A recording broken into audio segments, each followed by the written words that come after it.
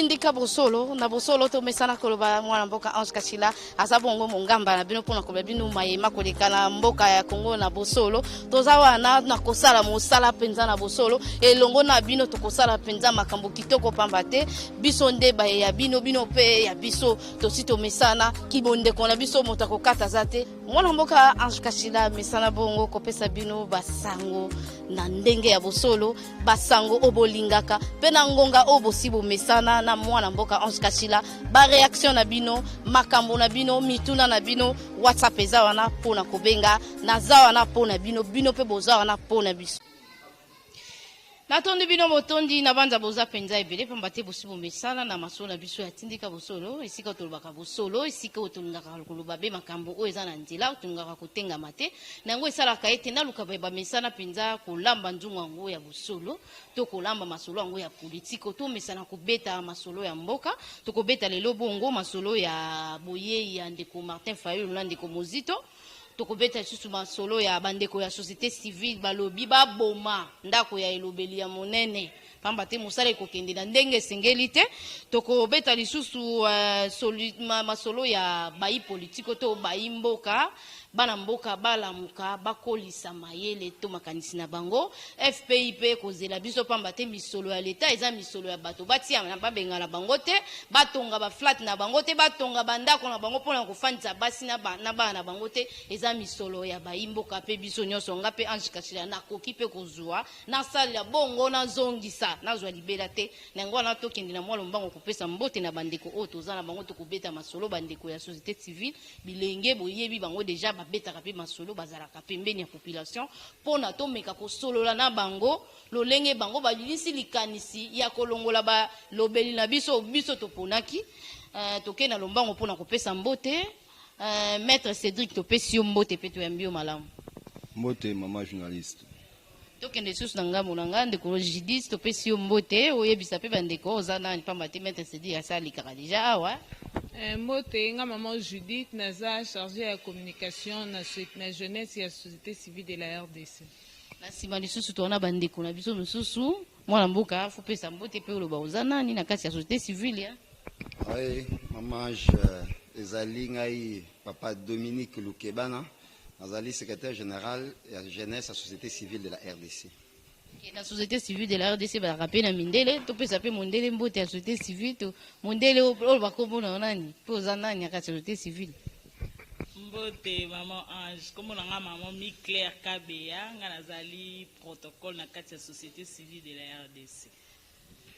malamu penza to banda siko masolo na biso na lombango pamba te na banda ikozela ngo totambolaki po na kolobisa bato to koyebisa bato na tina etali pétition mengai na kolinga to solango mingi na baye bazwaki likanisi wana pona koyeba maître est-ce que likanisi bino bozwaki bokokoba nango tina suka ekosimba pe ya komemela ngo population atia mokolo to na pona kolongola susu ba député o bango moko ba votaki mona mboka c'est kosimba mama ekosimba po esi simba lezamba liboso te tosala mwa pétition oyo ezaka biso société civile de la RDC tosalaka yango nayebisaka ko na émission toekala fois passé ke non oyebaka ke non tamula yi tomona mona asu te bila ndenge wana parce que fati azwi pouvoir tolembi nayebisaka non tolembi te tonayi koluka nde bambeba oyo bapoliticien biso aki kosala po biso société civile tozongisa bango na molongo yango oyo lokula tomoni bambeba oyo bango basali tongi tozongisa bango na molongo toyebisa bango ke non le peuple est souverain. Parce qu'on a un pouvoir rwanda sur l'institution nyonso ya mboka. Soit le non, et ça non. Soit le oui, et ça oui. Il faut tout ramener les députés, tout, les politiciens, il y a la population. Si vous soit boui, tiki. Si vous soit dimi, sali. Donc il faut députés aïe bakeno azam musali. Il y a population et non le contraire. Mais moi mboka yo lobi bozela ka bambeba ya bayi politiko. Est-ce que vous pouvez kosunga pe bandeko na biso ba imboka te pona koyebisa bango droit na bango posa na bango pe bango bakoki kosala ndenge nini na kopesa ndakisa pamba te kotambola totambolaka tomonaka makambo ebele ba chauffeur bakonyokwa pamba te ndeko nani Kasongo o azali kokonza penza la police akotala penza mapinga na ye malamu penza te mapinga ne makonyokola baimboka tango baimboka bakolela na kombo tata mokambekolo me moto akambaka mapinga ezalaka be ndeko Kasongo mpona siko koyebisa bandeko wana koyeba pe badroit na bango bakomi kokanga bato ekomi kosala lokola insécurité ndenge balobaka na nini na lopoto ekosala bobangi na kati ya bato bakomi kobanga mboka Kongo bato basepelaki na état de droit o tata mokambekolo ayelaki bango sikoyo nayebi te bino bokoki koyede population kosunga population wana na nini nayebi te bino bayi société civile bozalaka pe pembeni ya bato yango nayebisako bien keno okomona biso sur terrain l'une des raisons parmi ba raison ebele oyo ezali oyo toluka dissolution ya assemblée nationale mamu surtout le barana mission surtout le barana takaseri ba voyage ngani pas longtemps hier la monaki roulage moko na victoire wana amati ko ya mutuka koti kuna likolo ya vitre ko nakata kufa mutuka wala contact ya mutuka aburi kutu contact ya chauffeur vous comprenez ba biloko nyonso wana tozana ba lobelité na kati ya ndako ya munene wana babengi palais du peuple babosa na kino ndako wana ezaka nini benga manini palais du peuple ezaka ndako na biso population ezaka ya bango te ekanaka mwa de fois uta mutote na ndako wana eza inviolable et tout nanango akevile ndako wana bakoyo nango oza biso peuple donc biso mo bakoyo ndako to vile ndako na biso moko ah non bango baza wana bazo butate biso OK bamomoso biwana ba policier insécurité ba policier en makashine bakomi kosinga bato bambongo mo exorbitant et tout sengeli ba arrestation arbitraire nyonso wana so ba nyonso wana bakota bato ndako bakuya tout sengeli wana musala ba député yango wana tala mama na minute oyo toza na kati ya vacances parlementaires ba député so baza wapi tambola toza biso na cité awa taxa ba député ba tambola awa bakende koyeba nini yango so lekana bakei kopema na poto ndeko madame Janine akendaki o azaya kokonza assemblée nationale ya kendaki États-Unis soki Bruxelles na tambo mwamba ba misusu pe bakei na bango ba Canada ba bakepema voilà yo lingaki basala ni bakita na bachangu basala mama musala na bango yango wana vacances bato beta mpona nini mpona kozonga ba base na bango bakende kotala to basu na population to ngomba ma munyi ezoleka awa o esengeli to lobela bino ekoma likolo mokonza boka yeba na niveau à sommet de trouver solution nango ngo ba ibikezaka bongo en fait yango na biki non il y a des députés par accident ba députés par accident ba sa belé hein ba députés par accident ba sa belé d'ailleurs ba mususu il paraît que non ba tika même pas ko postuler il paraît ba mususu ba tika même pas comme bango il quand même pas na seni toujours ka makambo belé ba députés par accident ba sa belé na makambo wana yango to lingi to faire partie bango le coup la biso ne population to pesa ki bango ngala de pouvoir wana to mandat wana biso ndeka bato pesa bango nani mandat wana to ko senga bango bati kandako o eza bongo ya biso palais du peuple balobi palais des députés te palais du peuple o eza biso la population babi mandat na biso pour ba locataire mwana mboka na lingili susu to beta susu na pesa susu maloba na ndeko jidi to aza mpanzi na nga ndeko jidi okito bokitaki na nzela baimboka balobaki nini ava topesa to tolakisa bilili na biso na esiko tolandaki bino air tokitaki sur terrain ezalaki kaka komona kolela ezalaki pasi parce que bandeko oyo baza na terrain oyo tomoni bandeko na biso oyo bazovivre kaka na pasi mpo na bango soki tomeki kaka koexplike ke botala pétition toinitie eza mpo na boyeboye oyokamu nyonso agangika to signé donc bango moko zomona pétition ngo ba misusu azui yemo azui en charge une partie azoke ko faire signer bato misusu oyo kutozoye bate so baza wapi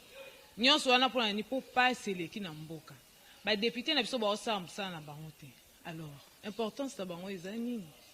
po biso to ce que ça réellement biso to voter bango to tina bango na palais du peuple to tina bango pona ko subvenir na ba besoin na biso po biso nde tozawa RDC toyebi mboka etani neza régime soki échanger elingi kolobaki makambo ebele faut échanger surtout makambo ezalaki ya mabe o kale bande kosalama te faut échanger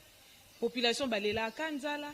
gratuité makambo classe kutu moyen kutu akoloba eza te donc makambo eza ebele ya mabe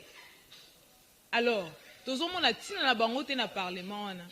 tomona ntina nini tovotai bango te malamu balongwa bango nyonso tozana mposa badepute ya sika de façon que bango bakoya wana ekoservir bango leçon bango bakoloba ifo tosala malamu parce que soki tosali malamu te en tout cas biso mpe kozala pareil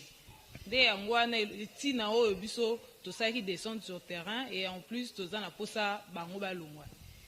mwana mboka matondo mpenza na maloba kitoko tokolinga ava tobakisa susu mituna to maloba na biso tolakisa bino lolenge bayimboka bayambaki mpenza pétition oyo na motema mobimba pamba te eza na bakote mosusu bazalaka na bango na courant te mosusu barobinet to bapompe ezali me mai ebimaka te ezalaka lokola batie fololo lokola tobengaka na poto fleur etelemi kotala bango mai ebimaka te batya bampoule courant ezalaka te tozaka na balobeli te tolanda bayimboka bango moko bakoloba na mikro ya tindika bakende ami badepite wana tabanzele kusu balobaka eloko te tolaka emata balobaka eloko te badepi baya na assemble wana nti lelo na baloba eloko maloba te balongwa basele bango $2000 oke basinya kutu badeklare yango te $2000 yo osala eloko moko te kende na yo ozwi te grand chef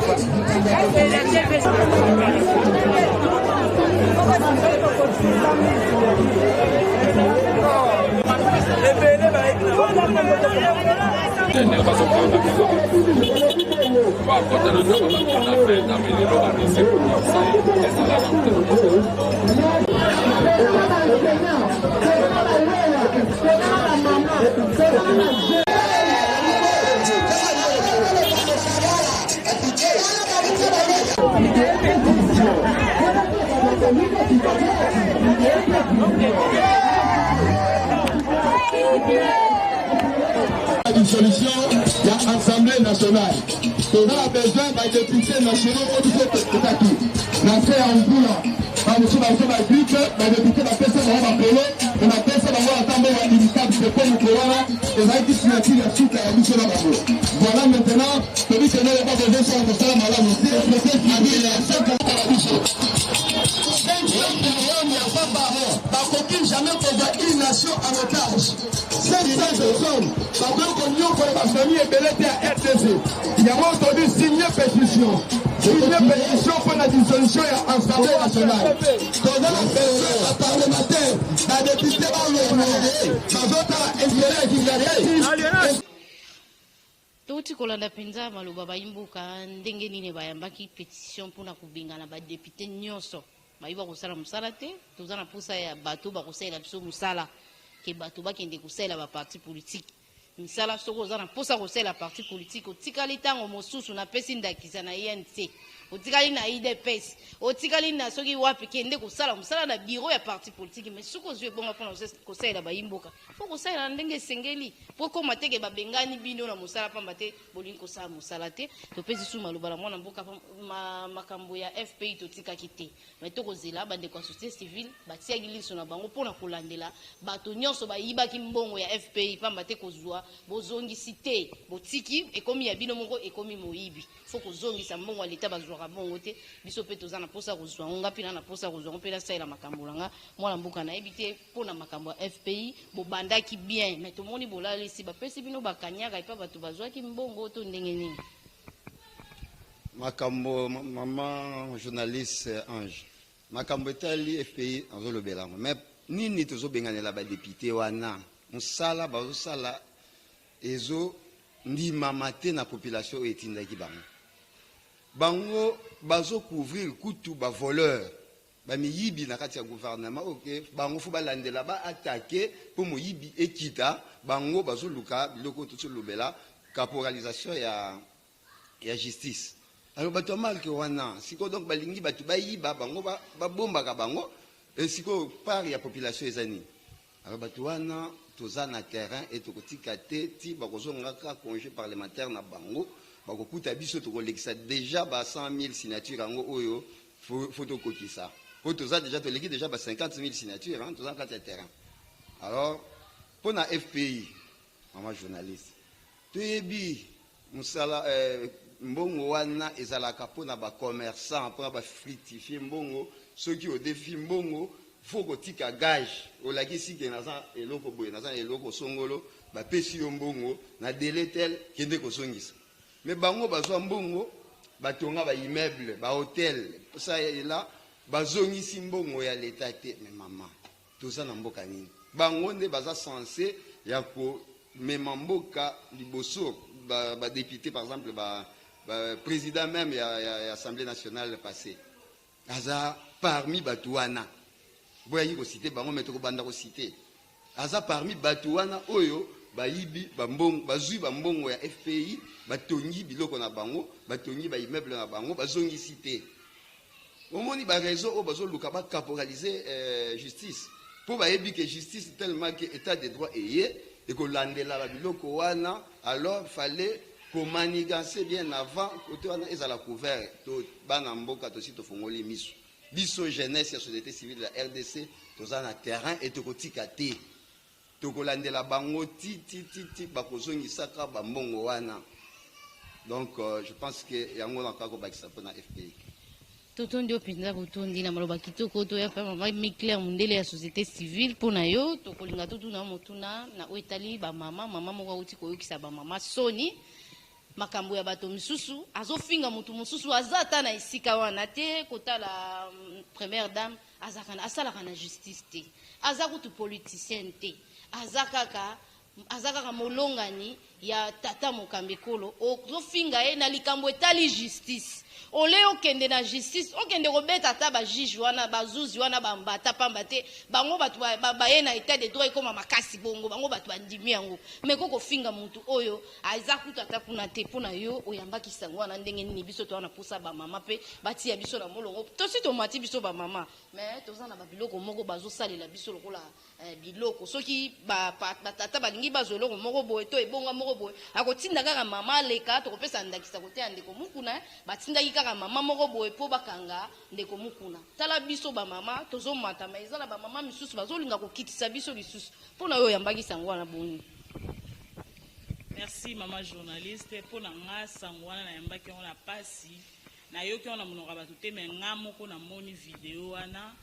vraiment maman Christelle ayokisi bamama soni en tant que député akoka kofinga ndenge afingi wana te likambo bango moko bayebi ke baza na baproblème ya ndako ya bato banda kala depuis 2018 oyo bayebaki ke fallait ja balibere ndako lelo na 2020 justice asali mosala na ye me ye atelemi mpona kofinga première dame. Vraiment maman Christelle okisi ba maman ya mboka soni azape molobeli moto ayebi lobeli lobi kolobela basi nini soki lelo moni basi ya mike bazofinga na balabala ko conseiller bango nini en tant que député otelemi ofingi maman oyo ayebi ata problème na bino te ye aza wana aza molongani ya chef de l'état maman na biso akabolaka kutu te mais ofingi ye na motema na yo mobimba. Vraiment justice faut ça musala na ye comme ça soki justice asali musala na ye et pas na ye député et ko pesa o batikali sima ma ye le cœur ozana droit ya ko finga mutu te na problème o ya yebiti eza bongo mama ndeko balobi asengi pe bolimbisi na ye asengi yango na ko banga on dirait mutu moko batindiki kotindika tango afingaki azaki naturel azofinga na motema na ye mobimba mais komi tango ya kosenga bolimbisi baluki ba journaliste asala video asali ligne moko kaka ya 2 minutes ya senga pardon or asfingaki makasi azwaki vraiment temps voire même kopesa ba prix ya sakame na ye na ebite tapage wana yo lokola mama molobeli ya bana mboka ozopesa ba prix wana pourquoi nesika basi mususu pe bazomona pasi ata sac wana $5,000 wana mwasi mususu oluka ata $1,000 apamba te kanguba na point azana ngote me yo gangi na balabala bato nyonso bayoki pardon wana e comité mama journaliste ndenga fingaki na mongongo makasi na motema na ya komaki te afingi ka ozoyele na mutu mais pourquoi pour enseigner pardon il fallait ka koma na papier moi loko moi 2 minutes pour enseigner bolimbisi justice asala musala na e pardon na osenga ngona ba mama nyonso ya monde entier ayokisi ba kasayen soni ayokisi ba mama nyonso ya mboka soni pardon na osenga ngo monde entier totonde botondi mama na maloba bwanya bomoni biso ba mama lolenge to komi na makanisi na biso komi likolo tozolelaka na ba mama o nanu bakomi lokola ba biso te kofinga bato pamba te tokomi koluka tokende mpe liboso lokola batata mais tozali kwa batata te tobandongangela bango lokola tokomi ndenge moko yo pusala boye te botosi toza nango posa nde me toza na posa bamayele na biso efungwama mpo liboso tozalaka mpenza na esika kaka ya kolamba ya kosokola ya tata bilamba mais lelo batie biso na esika oyo batata mpe bakendaka mais tala makambo biso tokosala mona mboka nayebi te na nyonso wana yo koki koloba nini Maman, tika naseka mboko vraiment il faut changer et c'est que ça va fort ba député par accident vraiment ba député par accident c'est belé vraiment il faut ba kende tika tato sekata le koana et ça se passe vraiment bloko ko za société on mari totem na ki mo masé to ba ki seni à tout royo il faut moins changer il faut moins changer réforme nango et puis président soana il faut trouver ça muto azana alima muto azana sembo azana bosolo pour ba député par accident dit ba wana bazonga société parce que comment on a député moko avec toute facilité il y a pour faire des injures bongo envers président de la République et puis première dame et puis ce qui est encore écœurant papa n'est pas joué en télévision à défendre le non vous comprenez à saigner pardon et ça qui émotion oh donc émotion il y a et ça kofinga ça veut dire quoi éducation après ça qui monnaie ngona chose sur émotion mbebe zaki ya tata fale tata loba ete na yiba ki lopango na zwa ki lopango wa bato ya yebisa ki ete keza lopango wa bato te mais maman ata yebisa ki ete lopango wa bato est-ce que yé émotion papa na traité qui non chose avec émotion de faux finga donc il peut na yé émotion et pas na yé et s'exprime maka na ba injure donc ça montre quand même donc ça pour mesano et ça ndenge na yé ya kozela tout consort ou soit ndenge bakoyetila ye na ndenge na bango en tout cas biso ba da société si biso ba société sur derrière c'est au thème na ba anti-valeur wana il faut c'est d'ailleurs ce qui est encore intéressant yemo panzi ya panzi papa na ye biso ba société civile depuis dossier ko ndango très bien de près to ko fongola pas information judiciaire et pas procureur général ande na na ba ke non ngoika sanji akomi millionnaire ndenge nini to ko to ba ngo ali papa na sa millionnaire et c'est bien biso de bien noté ndiko balobi ba komelenga message ya ba komelenga makomi ya balobi ete ba député bazana ba dossier pe ya bato misusu bango bafandela bazwa bakanyaka balingaka kobimisa bango te yango na yoko mawana te kolobela kaka bango non babimisa ba dossier ya bato bango tika bango te yango to ko mawana po mwango ikasanji a député provincial oya remplacer nani papa na ye donc ikasanji na parti na ye avec la mwana ye ko ta comme suppléant na ye bon problème te donc bato accompagner bango na parti na ye ba yaka ko be bango bongo zo bokonzi bango ta ka bango ba pesa bango ba miette comprenez ça c'est de 1 de 2 le camarade Ngoïka Sanji azanani a député yango mo to bi que non il faut discuter ensemble wana les autres ne ba casserole belé na sima ba lingité fongo ma yemonana te tout autre ko fonga casserole ba na chaque nzungu ni ezana kati ba député belé ba batimi ku assemblée nationale kuna ba ze belé miyibi on a sénat et belé assemblée dans une façon générale sénat par le nana parlement assemblée nationale mi ba ze belé oyebi poani ndo abimisa ki loi bango sakata wana na minako et ça parce que ba yebi bien que non ba ça dossier beza sima bango mingi ba sali loi mingi pour la dossier FPI. Pour un baby que non, en majorité à Bango, bazan ba député tout consort, bazwa ki kanyaka ya FPI, kanyaka l'État. Bazwa ki ba mususu ba pesa makangu na Bango, basuni mandaku, ba mususu ba pesa papa na Bango. Papa bango a 60 sur 70 ans, bazoli ba 1 million à 2 millions de dollars, papa. Mbongo mboka, asina ngo nini atungi ndako. Asina ngo nini atini ba na poto. Asina ngo nini asali ba asumi stake à $5,000 ndeti Kistel Kasanji, azali asaka $5,000, ala sa ba tout. Ye mtoza na mbongo. À l'équipe première dame. À l'équipe première dame, azali asaka $5,000. Question ya mtunaki. Si on a tout na Kistel Kasanji, ça sera combien na assemblée provinciale pour asaka $5,000? Quid? Donc ça veut dire clairement que non, bah tu vois na ba te bisoté vraiment. Imaginez que et qui na mboka musu ba tabi oh tout ça mboka batu oh to wazana à l'époque ni. Comment voulez-vous député provincial aza na degré ya ba 16 saboy ya ko ba biloko boy et puis envers qui chef de l'État soit ba bisi ba tout outrage ya chef de l'État nga kamwe na ka ki mutu le bien que il paraîtrait président de l'Assemblée nationale dit que non outrage ya chef de l'État exaté parce que s'attaquer na première dame na éviter s'attaquer vidéo ndambu vidéo ça continue avant akoma la première dame abana chef de l'État je suis désolé alors tika justice ça musa nango pardon au moins biloko ya mesambo kabisa nini mutasali buzoba abi na sali buzoba sali boye na sona na pardon to kani na négociation to kani na dialogue ba biloko wande wa mboka na biso à chaque fois dialogue négociation mabiso wati to bana San City dialogue to kinaki awa ngongo to na posa masolo Union africaine awa oyo bando kamyo kindaki tout koso dialogue to kinaki na 5 awa dialogue to abutaki bisikani. Cela veut dire que non culture wana ko ça que non na sali kambu na sona osenga pardon to koyokana ici là papa to maman actuellement ton état de droit OK pardon na yo et ko effacer infraction ti tika justice à ça musala na ye qui honorable Christelle Kassaja Fingaki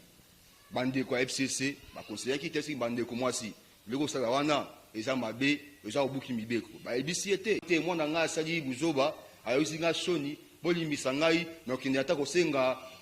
parler pour chef de l'État alimisa biso te ya le défendre moi eza que non te comprendre de comprendre buzoba moi na ye parce que ça sous émotion vous comprenez ça moi tu vas défendre ba anti valeur te biso te civil miko to boyi ko wana donc to ba ki bien boyi tout oyo c'était civil sama na maboko ma comme il faut changer pour effectivement mboka oyo bakopolariser lisusu justice te eloko atokotemela yango ntina suka FPI mbongo bazwaki wa bakozongisa mutu nyonso azwaki mbongo aleta kozongisa mbongo eza mbongo na biso bacontribuable mbongo na biso ya pasi ya bataxe ya baimpôt to esengeli bato moko boya politicien oyo bango bazwa basalaire ya ebele ya ba 20 000 50 000 bamosusu kutu bamifutaka bango moko mbongo wana ya biso bango bazwi bazwa salaire ebele ba eso defi mungu na biso ba peuple ba zo ba miliango ekomi ya bango suko biso tika na nini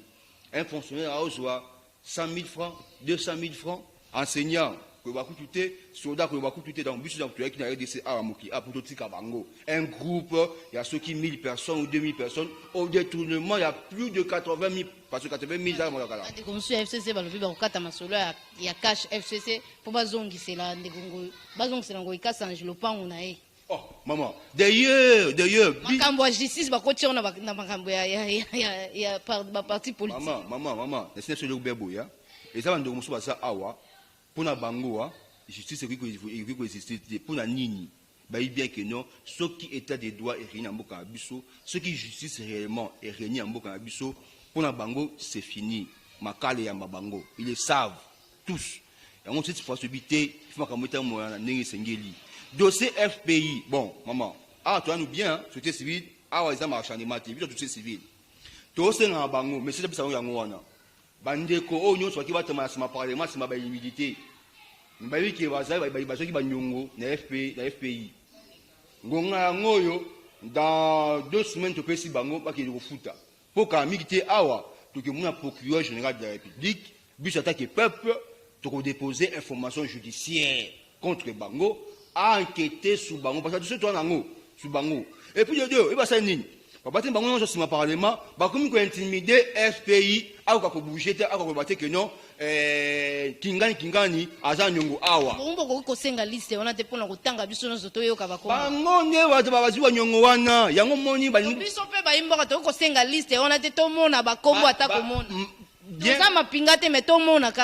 que bah intimider FPI tout consomme ça biso sur liste tout consomme mais toi nango déjà ba arrêta nango déjà bokabelanga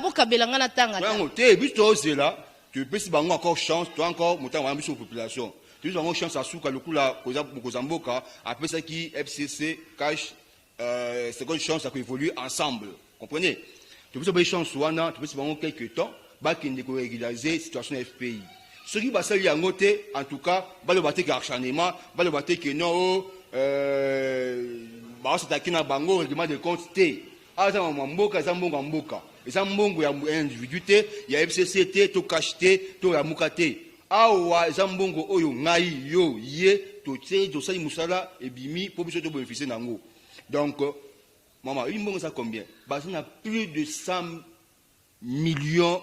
de FPAU, eux ça m'a boumou na bango. Bon dollar en gros kita ni dollar ezate. Mbongo nyonso ba pia. Mwana mboka to kita pa mbati to komi na mwasuka. Mais maloba na yo boye ya nani ya bandeko la biso Fayulu na ndeko la Muzitu. Omoni boni pambate kalizalaki bato bakufimisa to 5 seke to lo baita des droits penza c'est fandi basoda bayebi qu'il faut combattre la population bayimboka. Oui, maman, au moins biso nakata société civile, tout ça ba structure rebelle nakatwa. Entre autres ba structure ça la société civile, tout ça pe na structure ba structure les équipés bon la droit de l'homme. Comprenez? Pendant temps moulayi société civile la RDC to bunda pour la droit de l'homme. Hein? To bunda pour la liberté d'expression. Comprenez? Lelo toujours dit tout ça pe na sengo comme na kenon petit à petit toujours avancer vers résultat et le autre on a à chaque fois. Lelo non c'est pas bien. Non comment qui la moyen qui marche et tout ka FCC awa. Bazo gaz ya kimogène té. On va on tamboli. Na moyen tina batu oyo, ba ko buma batu wakanga batu, batu to gaz ba ba kimogène ça batu na butu. Ba on marcher. Na moyen qui ndiko kalef. Azo marcher. Na mtsebi de kalef la moyen lenga marche, to marcher. Avec liberté d'expression. Tant ya zela ki kuna mo année ayeba rate que non liberté d'expression zalaka to eza normal constitution et pe sindikisa na mutu sa tambola pour manifester comme contentement na e donc ayebi encore lelo tant a susu kuna te donc na moni vraiment que non petit à petit mo konzamboka a restaurer et le kwana liberté d'expression et puis état de droit au Kenya yango isi bango papa sa mutama lamba tika état de droit et sala musa nango pour mutu nyonso a respecter mibeko kubanda mukonzamboka ti na se mutu ali kwa mibeko azati tant wana ka ese leki biso ba société civile auto défendre juste intérêt peuple tout ça ko c'est pour la question le moni arrivé ya bande ko opposant biso awa to maki boso ya ndeko président ya MLC Mbemba ayaki awa eleki nango sans problème to moni gaz te to moni le côté bazongi ba samba ngo esili to moni awa ndeko président ya SID Fayulu auti ko ya awa azongiti ese makamuna sans problème sans décident sans gaz lacrymogène sans babal réel otomuna boye ceux qui mitingi sali badi bambangu batela ki pe malamu mapinga bazalaki wana pona kobatela voilà et to luka yango wana et que non mutabimi alobi azongi sans problème au moins que a buka mibeko te ce mutabuki mibeko wa mibeko sa nini et ko s'en charger ceux qui mutu ayosa makambu a respecter mibeko liberté d'expression c'est la quand ne donc depuis que mouvement que non moi mboka président de la République président Antoine Tshisekedi vraiment to peut merci beaucoup pour à continuer là wana vraiment les amants pour mboka na biso pour l'avancement mboka na biso sinon te même bango ndeko Martin Fayulu to ndeko Mbemba to ndeko Katumbi consciemment ba bien que non ceux qui na régime eux aussi de communauté awa et qui va retourner bango wana engezela autant de morts autant de blessés autant d'arrestations. Tokomi penda na suka ya masolo na biso ya mokolelo na banda na ebite soki bandeko bozana mo liloba koloba pamba te masolo e katani mama mundile to banda na yo mo liloba suka Merci. Liloba suka ezara ka peuple congolais biso société civile de la RDC toza sur terrain tozo signer ces pétitions bana Congo bosi bo signer mingi bolemba te toza sur terrain bo continuer koya ko signer Assemblée nationale wala epanzana na ebi ke semaine tozo banda to kita changu kuna ndesika to kokisa plus de 100 000 signatures pour d'être à 50 000 donc semaine tozo banda to ko kita changu kuna eko to ko lekisa 100 000 signatures. Merci beaucoup. Tous les jours na papa moi liloba na pamba te basule comme na aussi là. Ah, liloba suka mama journaliste ezate ou azoloba eza secrétaire général ya jeunesse à société civile à RDC. Toza na kati ya bitumba et ko continuer. Toza na terrain ba député wana to kotikela bango tenter tant que ba ko servir mission, ba ko sala mission oyo to tindela bango kuna te. Donc sur le terrain tozali pétition zotambola to singi ba o pe bazana ba province ba lembate to sana kati ya société civile de la RDC oyo zo kambama epa emeye oyo Christopher Ngoyi na secrétaire permanent na biso Jean Bosco Puna bango nde ba leader oyo bazopesa vision et pas baleki bao bakotikala ko continuer lutte oyo bango babanda depuis kala. Donc tokofanda kimia te tokosenga pe ba jeune nyonso oyo baza na vision mpona mboka oyo ba se joindre na biso mpona mboka na biso etelema totikala nsima te pamba te bapapa wana basali mingi balembi bazokoka pe lisusu te malamu bapema batikela biso esika tosala. Je vous remercie. liloba suka natondi yo botondi maman journaliste biso jeunesse ya société civile toza te mpona parti moko boye quelconque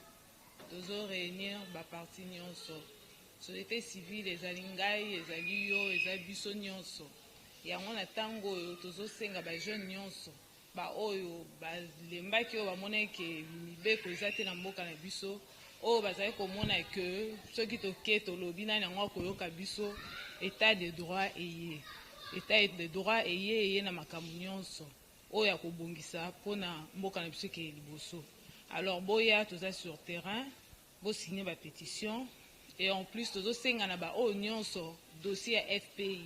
en tout cas baoyo nyonso bazwaki mbongo wana bozongisa ntango yango oyo parce que biso soki tosali descente na biso mpona koluka koyeba na mozindo oyo nini ezali nani oyo azwaki mbongo nyonso wana soki ekomi ke tobanda kotanga bakombo ekosala pasi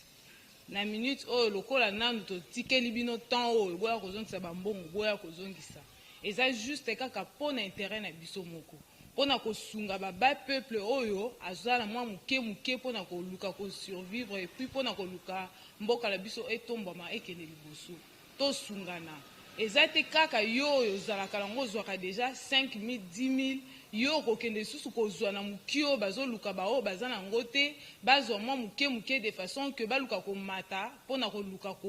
kosunga mboka na biso kaka yo wana oke susu koluka yo kaka nde fo ozwa plus te tozala na bolingo eleki nyonso soki oza na bolingo mpona ndeko na omoni ke ndeko na azosouffrir yo ozotala obi te fo napesa ye mwa muke na oyo nga naza nango ye mpe aluka asala po évolution ezala na mboka wana nde eza malamu. Mais soki ozomona ke oyo ya muke ya ndeko wana yo kaka nde fo bakisa et pourtant yo oza nango plus ke oyo ndeko wana aza nango wana eza bolingo te mpe ezopesa pasi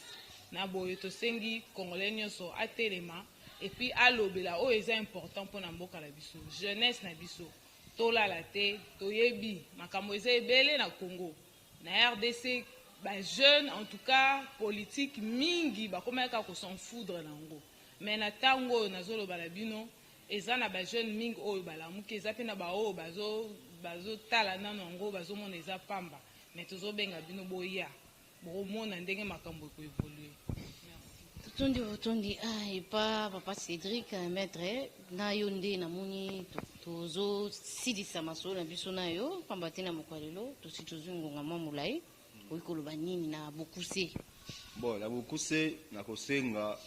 na badepute nyonso oyo batamisi maimilité na parlement bakende kofuta mbongo ya FPI so bafuta mbongo ya FPI te toza na bakombo na bango liste eza mbala sima tokozonga na presse tout na télévision tokotanga moko combien azui et puis nani yango apesaki mbongo yango et puis tokotuna bango totuna na DG wana apesaka mbongo wana bagage nini bango batikaki kuna na FPI po bapesa bango ba million o bango baswaki